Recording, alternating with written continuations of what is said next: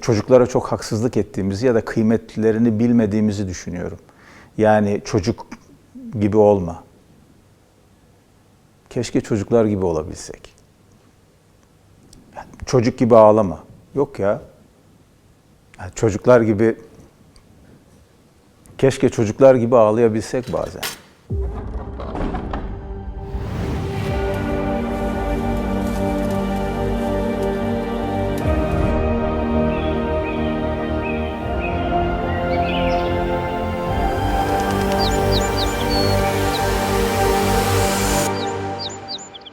Hocam hoş geldiniz. Hoş bulduk. Kendi gök kubbemizde yine birlikteyiz. Hamdolsun. Eyvallah. Geçen hafta kitaplardan konuştuk. Kitapla ilk temasınızın nasıl olduğu. Ama malum bizim medeniyetimiz bir kitap medeniyeti dediniz. Fakat yanında bir de insan faktörü var. Meşk etmek, bir usta, bir sihirli dokunuş, bir el sahibi. Bu da icap eder. Hayatınıza bu manada etkisi olan, daha çocukluktan başlayarak kimler var? Onu da merak ederiz. Şimdi tabii annem babam farklı şekillerde benim üzerimde etkili oldu. Ben o etkiyi yıllar sonra fark ettim. Aslında hepimiz onu yıllar sonra daha iyi görürüz. Yaşarken çok farkında değilizdir ama mutlaka annenin babanın bir çocuğun yetişmesinde entelektüel olarak, duygusal olarak, ruhi olarak, manevi olarak çok doğrudan etkisi var. İster istemez çocuk ilk gözünü açtığında kendine rol model olarak annesini alır. Özellikle annelerin rolü çok belirleyicidir. Hani baba biraz daha gelir gider, arada bir böyle sahneye girip çıkan bir baba figürüdür ama anne hep oradadır. O hep kucaklayandır, sarıp sarmalayandır vesaire. O manada ben annemin güzel taraflarını hep hayırla yad etmişimdir. Ama buna şehadet eden çok farklı insanların olduğunu gördükçe de hep mutlu olmuşumdur. Hep Rabbime de şükretmişimdir. Çünkü hala bugün bile annemi görmüş, tanımış, çorbasını içmiş, ekmeğini yemiş insanların ona dua ettiğini görüyorum bu kadar yıl sonra. Ben annemi 86'da kaybettim. Bazen mesela diyorlar ki güzel bir şey yapıyorsunuz. Ya Allah seni yetiştiren anne babadan razı olsun diyorlar. Bu da bir evlat için büyük bir bahtiyarlık. Anne babaya verilecek en güzel hediyelerden biri. Çok güzel bir dua o. İnsan işte yıllar sonra fark ediyor, şeyin farkına varıyor. Hani annenin babanın etkisi. Ben de şimdi bir baba olarak çocuklarım üzerinde ben görüyorum. Onlar tabii büyüdükçe bunu fark ediyorlar. Belki yaşarken dediğim gibi çok farkında değiller ama zaman içerisinde onlar da bunu görüyorlar, hissetmeye başlıyorlar. Mesela benim annem çok mükrim bir insandı. İkram etmeyi severdi. Çok merhametli bir insandı, şefkatli bir insandı. Ve şimdi yokluk içinde mükrim olabilmek kolay bir şey değil. Yani bir şey varsa elinizde hani paylaşırsınız ama hani olmayınca neyi paylaşırsınız? İşte ne kadar varsa. Bir lokmaysa onu paylaşırsınız, bir elmaysa onu paylaşırsınız. Ama ondan daha önemlisi onun yanına azık olarak, katık olarak koyduğunuz başka değerler vardır. Bir ev sahipliğidir, bir sevgidir, bir anlayıştır, bir muhabbettir. Onlarla birlikte bir elma 10 elma olur. Bir lokma 10 lokma olur. Yani bir çorba bir kebaba dönüşür. Yani onu yaşayabiliyorsanız maddi olan, sınırlı olan da bereketlenir, çoğalır, artar. Mesela rahmetli annem öyle bir kadındı. Doğuda bir çocuk hocam dermiş ki her şeyin bereketi Allah'ın elindedir. Ayranın bereketi annemin elinde. Ya bittikçe suyu ilave ettiğiniz vakit o ayran Tabii. içilir. Anneler öyle. Göçmüşlerine Cenab-ı Hak rahmet etsin. Amin. Kalanlarına uzun ömür versin. Gani rahmet eylesin. Amin. Anne babanın dışında mesela konferansına gitmem lazım dediğiniz birisi vardır. Bir yerde karşılaşıp kitap imzalattırdığınız birisi vardır. Onun gibi konuşmalıyım dediğiniz birisi var mıydı böyle figürler? Tabii benim özellikle orta ve lisede bizim inkılap tarihi hocamız vardı. Rahmi Eser Hoca. Allah rahmet eylesin. Onu da bir 10 küsür yıl önce kaybettik. Belki daha fazla oldu. Bir 15 yıl oldu. Benim üzerimde çok etkisi, emeği olmuştur Rahmi Hoca'nın. Allah razı olsun ondan. benim okuma sevgimi çok daha ileri noktalara taşımış birisiydi. Belki Rahmi hocamın ve başka hocalarımın benim üzerimde doğrudan etkisi olan diğer hocalarımın en büyük katkısı şu oldu bana. Beni hep karşılarına eşit bir aktör gibi alıp konuşmaları olmuştu. Yani ey çocuk gel sana bir şey anlatayım değil. İbrahim gel ne okuyorsun? Biraz onun üzerinde sohbet edelim. Demeleri bendeki o okuma aşkını, öğrenme arzusunu derinleştirdiği gibi bir insanla nasıl ilişki kurulur? Duygusunu da çok doğru bir çerçeveye oturtmuştu. Bu insan ilişkilerinde de çok önemlidir. Yani şimdi statülerden bağımsız olarak bir insanla, sizden yaş olarak küçük olabilir, büyük olabilir fark etmez. Doğru ilişki kurabiliyorsanız, yani eşit bir aktör, muhatap olarak bir konuyu konuşabiliyorsanız, bu aslında o insana yapabileceğiniz en büyük katkılardan biridir. İnsana saygı biraz böyle başlıyor. Çocukla bile konuşurken, ya bu çocuk anlamaz değil. Anladığı dilden konuşma gayretini gösterirsen o da anlar.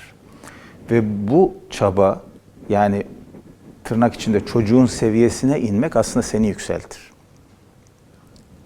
O ilişkinin, o alışverişin, o sohbetin seviyesini arttırır. Bir taraftan da bazen diyorum, tabii dilimizle de ilgili bir şey bu da, hani çocuklara çok haksızlık ettiğimizi ya da kıymetlerini bilmediğimizi düşünüyorum. Yani çocuk gibi olma. Keşke çocuklar gibi olabilsek. Yani çocuk gibi ağlama. Yok ya. Yani çocuklar gibi, keşke çocuklar gibi ağlayabilsek bazen. Şimdi yani ben yetişirken en azından hani çevremde bana bu güzellikleri katan insanlar oldu. Ben Alanya Lisesi'nde okurken orta sondu zannediyorum. Orta sonu da orada okudum. Kitaba olan bu ilgimden dolayı hem okulun kütüphanesini kullanıyordum ama bir taraftan da kitap, dergi, Alanya'ya o dönemde ne kadar gelebiliyorsa bulup almaya çalışıyordum. Bizim Alanya Lisesi'nin biraz ilerisinde bir cami vardı. Caminin yanında da bir küçücük bir kitapçı vardı. Yani o kadar küçüktü ki bir ufacık kulübe. İçine giremiyordunuz. Kulübenin bir tane camı vardı. Kitapçı amca da o camdan kitabı verirdi. Yani o kadar küçüktü. Kendisi sığıyordu ama işte görüyorduk. Veya kendisi tavsiye ediyordu veya isim veriyorduk. Şu kitabı getirebilir misiniz diye. Tabii o zaman internet yok, bir şey yok. Hani işte dergiden oradan buradan duyuyorsunuz. Şu kitap çıkmış ya da bu kitabı okumak lazım vesaire diye. Ben de işte elime para geçtikçe, harçlıklardan artırdıkça, biriktirdikçe gidip oradan kitap alırdım. Bir de Alanya merkezde, çarşının orada, iskeleye giderken bir dağıtımcı vardı. Bütün Alanya'ya gelen gazete, dergiler oraya gelirdi. Oradan da gider dergi bakardım. İlgilendiğim konularla ilgili dergiler almaya çalışırdım. Gene harçlığım yettiği oranda. Bir gün o kitapçı amcanın oraya gidip kitaplar almaya başlayınca o da yani ilgilendi sağ olsun. Yönlendirdi de bak bu kitap da güzel. Ha sen bunu okuyorsun aferin bak şunu da oku vesaire diye. Böyle bir iki ufak alışverişimiz olduktan sonra hiç unutmuyorum. Bir gün bana dedi ki yavrum senin adın ne dedi. İbrahim dedim amca. İbrahim dedi benim adım da Ekrem. Ekrem ikram sahibi kişi demektir. Bundan sonra ben sana hep ikramda bulunacağım. Yani hep indirim yapacağım kitaplarda. Onu hiç unutmam. Yani bir orta üç çocuğuna bunu söylemek çok kıymetli bir şey. Allah rahmet eylesin. Eğer vefat ettiyse, hayattaysa kulakları çınlasın. Allah razı olsun. Mesela Ekrem amcanın bende bıraktığı o iz kıymetli. Yani benim kitaba olan sevgimi, aşkımı böyle ödüllendirmesi bir kitap satıcısının çok kıymetli bir şey. Bugün ne kadar kaldı bilmiyorum ama en azından bu işi yapanlara belki bir hatırlatma olur bu. Yani müşterisiyle kitap sohbeti yapabilen bir kitapçı çok kıymetli bir şey. Girdiğinizde kitap satıcısı değil, kitap sahibi, kitapçı sahibi, eski tabirle sahaf, bu işi bilen bir insanla, yeni çıkan, eski çıkan, el yazması, matbu her neyse, bunlar üzerine sohbet edebileceğiniz bir kitaba, bir kitapçıya gitmekle herhangi bir zincirin içindeki bir yere gidip bir satıcıdan, tezgahtardan kitap almak arasındaki fark herhalde çok açık ve net. Muzaffer Efendi geldi aklıma, Muzaffer Ozak. Bazen gelen gençlere bakar, severse 20 liralık bir kitap mesela çocuk aldı. Kitabın içine 100 lira harçlık bırakırmış. Maşallah. Çocuk eve gidince fark ediyor. Ne kadar güzel. İşte o berekettir işte. O bir dokunuştur. O tekrar gel demektir. Oku demektir. Devam et demektir. Bunlar çok kıymetli. Bir gün yine rahmetli Rahmi Hoca, Allah gani gani rahmet eylesin, benim üzerimde dediğim gibi çok emeği olmuş bir hocamdır. Ama daha yeni tanışıyoruz. Bizim inkılap tarihi dersine giriyor. Orta 3 zannediyorum. Ben de o dediğim dağıtımcıdan gidip bir dergi almışım. O dergi de yanımda gezdiriyorum, okuyorum çünkü teneffüslerde okuyorum onu. Sonra bir hoca bir geldi, ben de çok farkında da değilim hocanın geldiğini. Yani teneffüs bitmiş, şeye gelmişler. Ben de dergiyi okuyorum. Baktım böyle bir yanımda birisi böyle bir gölge belirdi ama bir baktım hoca, Rahmi Hoca. Ben hemen dergiyi kapatıp çantaya, sıranın altına koymaya yeltendiğim sırada şöyle bir eliyle bir tuttu. Bu ne dedi? Dergiyi gördü. Dersten sonra gel bir konuşalım seninle dedi. Dersten sonra gittik. Galiba öğretmenler odasında bana çay ikram etti. Ve biz o dergi ve o derginin konuları Edebiyat Düşünce dergisiydi. Üzerine bir sohbet ettik onunla. Ve beni çok teşvik etti o her zaman. Yani aferin dedi, bak dedi bu yaşta dedi böyle bir dergi okuyorsun, takip ediyorsun, bravo sana falan diye.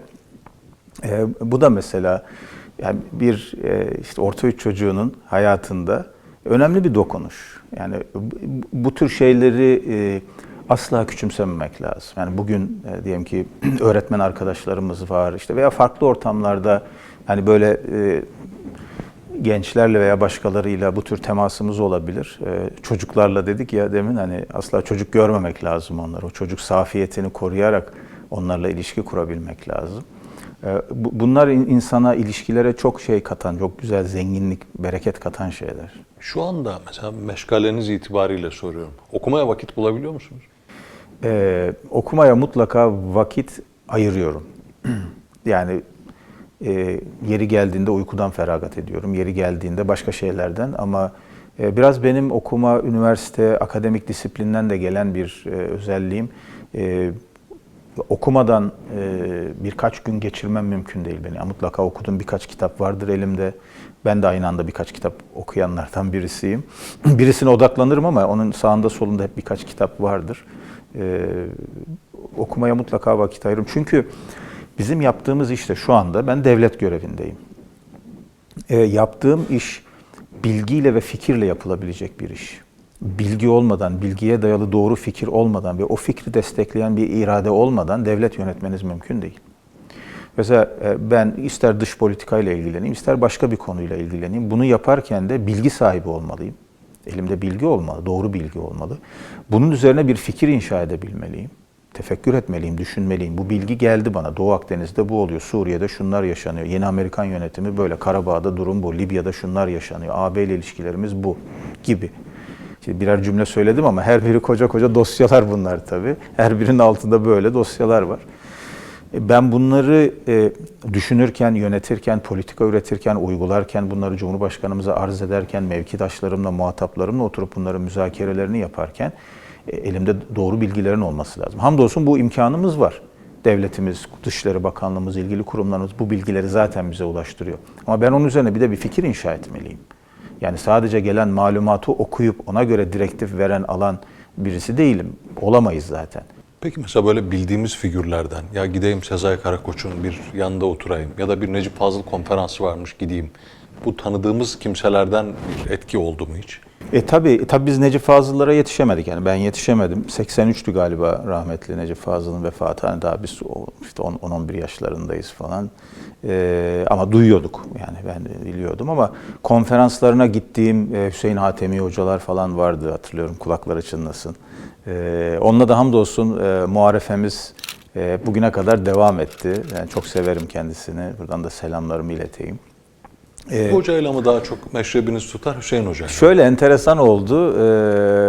Hüseyin Hatemi Hoca yakışıklı olan benim ikizlerden dediği günden beri ikisiyle de muhabbetimiz hep oldu. Daha sonra Hüsrev Hoca'yla da tabii hem şiir üzerinden hem diğer konularda hem muharefemiz ve dostluğumuz oldu. Bizim büyüklerimiz olarak diyeyim.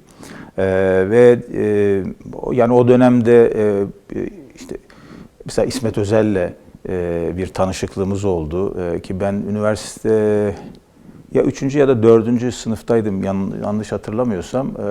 İsmet abiyle ilk tanışmamız olmuştu. Üretmenhan'da Çıdam Yayınları'nı kurmuş ve bir ofis açmıştı orada. Biz tabii üniversitedeyken, ben İstanbul Tarih mezunuyum. Biz Hafız-ı Erbain idik bir ekip olarak. Bir arkadaş grubu olarak Erbain'i biz baştan sona adeta ezberlemiştik. Ve her gün Erbain fasılları yapardık kendi aramızda. Erbain'i okurduk, yani birbirimize okurduk. Ve tabii İsmet abinin hem şiiri hem nesiri bize çok şey kattı o yıllarda. Ben hala şiirini çok büyük bir zevkle okurum. Yani hani işte iyi şair gibi klişe bir cümle kurmak istemiyorum. Ama şiirin insana neler yapabileceğini gösteren bir şair olarak, sadece şiiri yazan değil, şiirin bir insana neler yapabileceğini gösteren bir şair olarak ben çok istifade ettim. Şiir bir insana neler yapabilir? Şiir insana çok şey yapar. Biraz açalım bunu. Şiir deyince hocam hani güzel sesli abiler romantik müzikler eşliğinde bir yerde okuyacaklar. Biz de sevgiliyi anlatmak için bir şey biriktireceğiz. Şiiri bu zannediyoruz. Bu değilse başka ne şiir? İnsana ne yapar?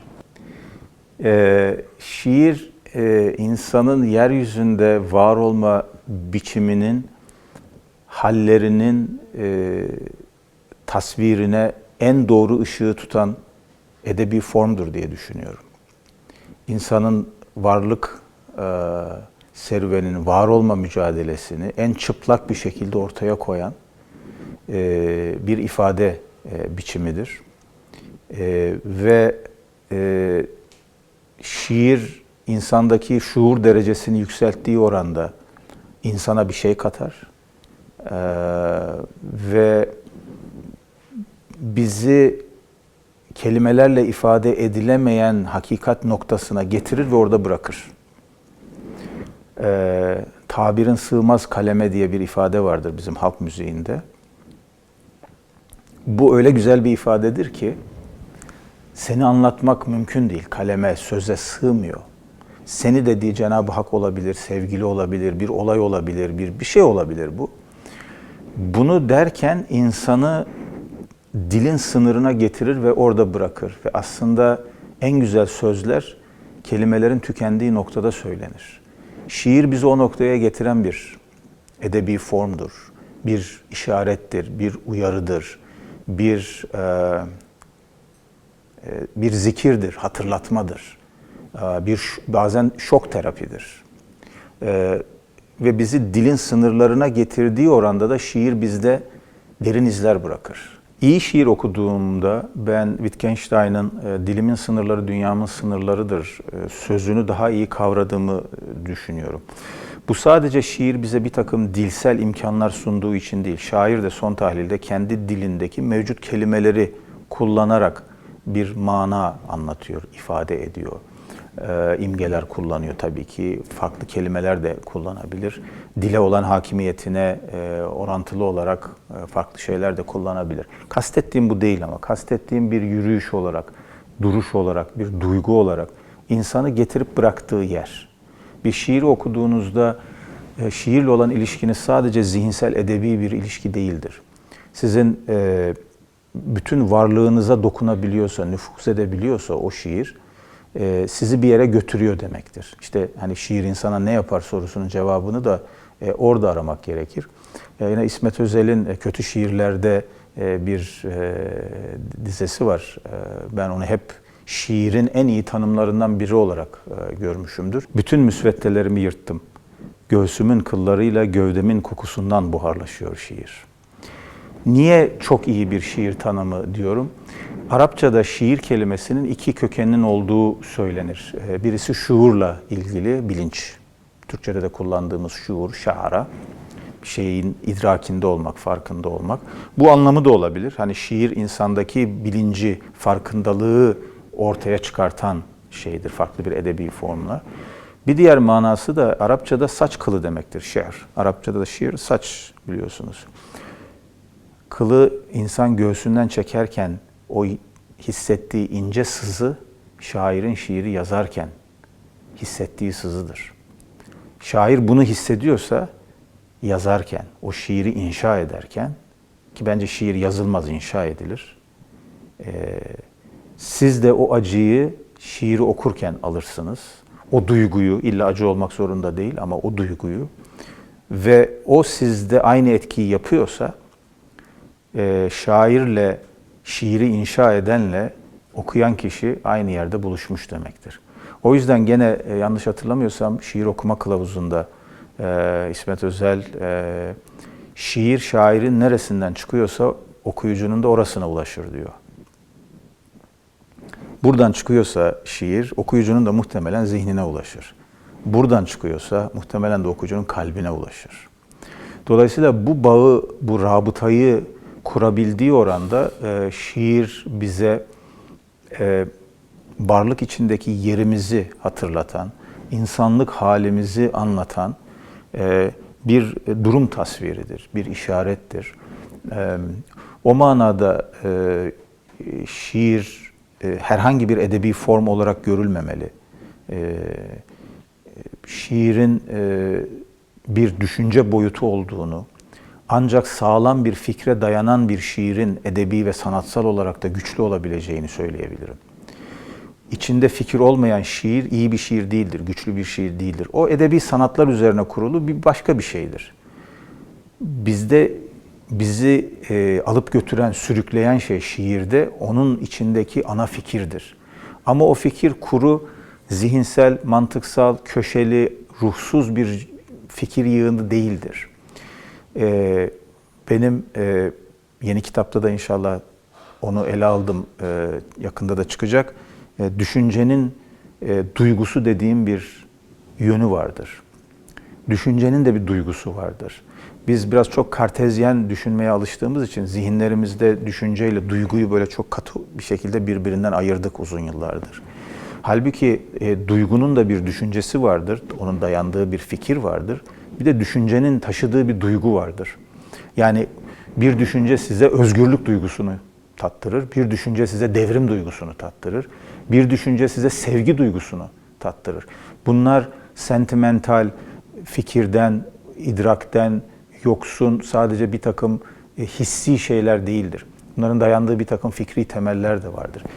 İyi bir şiir, daha da genişleterek söylüyorum, her iyi sanat eseri aynı zamanda bir sağlam fikre dayanır. Dayandığı fikir ne kadar güçlüyse, sanat eseri de resim olarak, şiir olarak, müzik olarak, mimari olarak o kadar güçlü olur ve sizin karşınıza gelip ben buradayım der. Bunu diyebilmesi için de, bunu dediğini fark etmek için de ufkun biraz açık olması gerekiyor galiba.